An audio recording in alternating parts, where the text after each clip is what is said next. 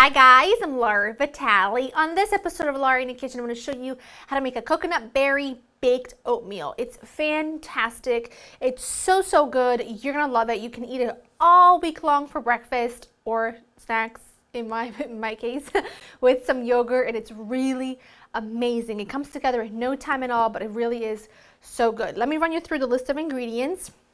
What I have here are some old-fashioned oats. You do not want instant oats in this recipe. I've got some flaked unsweetened coconut. I've got some chopped up walnuts. You can use any nut you like. I've got baking powder, salt, ground cinnamon. What I have here is some vanilla coconut almond milk. You can use, make sure it's unsweetened though. I've got some maple syrup. You can also use honey. I've got an egg, some more coconut and more walnuts. I've got some coconut sugar, some melted coconut oil, and some berries. Now, this time of year, fresh berries, you can buy them at the grocery store, of course, but they're not going to be juicy, they're not going to be sweet, and they're going to be 4 times the price because they're just really expensive because they're not in season yet. So whenever I come across that, I always like to buy my berries frozen, and in this particular case, it works so well because what happens is by using the frozen berries, it creates a lot of juice, which then soaks up into the oatmeal, and then it makes a lovely, almost like a sauce. It's just so good. So what I've done is I've taken just some mixed berries, mixed frozen berries, unthawed, still frozen. Hear that? And I just put one layer in the bottom of my small baking dish. What I'm going to do to my baking dish, I'm actually going to place it on a baking sheet that I've lined with aluminum foil just in case any spillage happens. It catches it and your oven doesn't get dirty and you're good to go. Speaking of oven, I have mine preheated to 350. We're good to go. I'm just going to take a big spoon and mix all of my dry ingredients together.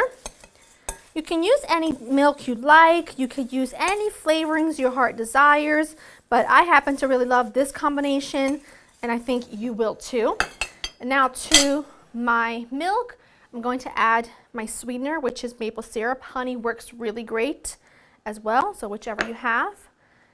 My melted coconut oil, and my egg. If you want to make this completely vegan, you absolutely can. Just you'll have to do some flax seeds or flax meal and some water, like a mixture of the two. You can look it up. It makes a substitute for an egg, and it works just as well.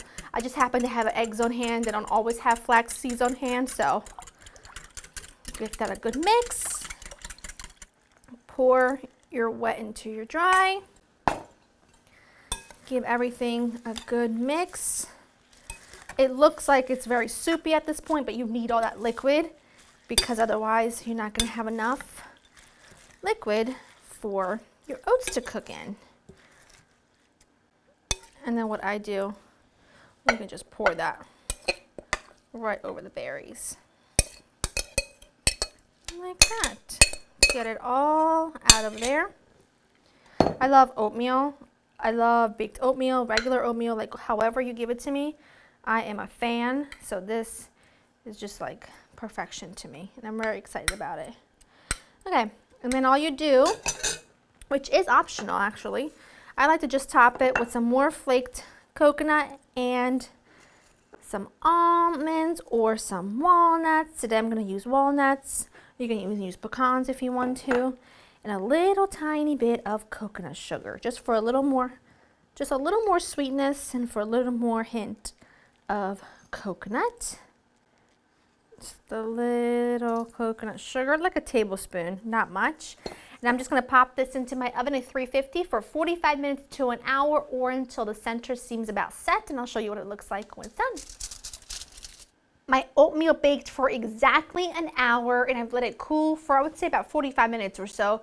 You don't want to eat it when it's, well, you can't eat it when it's piping hot. I prefer it at room temperature or even cold with yogurt. That's my favorite way to eat it, but room temperature will do. Look, it soaks up all that gorgeous, juicy berry sauce that it creates because the berries were frozen. I'm telling you, you need some yogurt and like a little smidge of honey or maple syrup on top, and you'll be in business. And it's so good. It's unreal. It's like really fluffy The berries have beautiful flavor underneath. It's an all-around winner. Go to laurainthekitchen.com to get this recipe. I cannot wait to have this for breakfast all week long. Get the recipe, make it. I hope you enjoy spending time with me. I can't get this piece on my fork. I'll see you next time. Bye.